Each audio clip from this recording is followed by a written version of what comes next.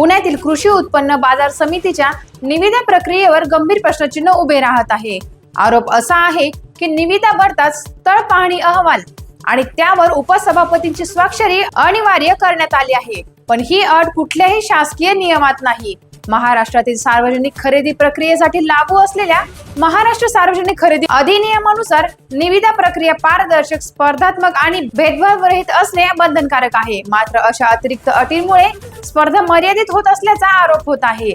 तज्ञांच्या मते जर पात्र कंत्राटदारांना अनावश्यक अटींमुळे बाहेर ठेवले गेले तर ते भारतीय करार कायदा 1872 मधील फेअर कॉम्पिटिशनच्या तत्वात धक्का देऊ शकतं। दरम्यान या प्रकरणाची तक्रार महाराष्ट्र राज्य पणन संचालनालयाकडे दाखल करण्यात आली असून पुढे लोकायुक्त किंवा लाचलुचपत प्रतिबंधक विभागाकडे जाण्याची शक्यता आहे।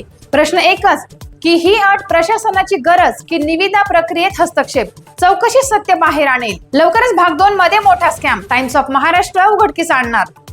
अशाच घडामोडींसाठी पाहत रहा टाइम्स ऑफ महाराष्ट्र।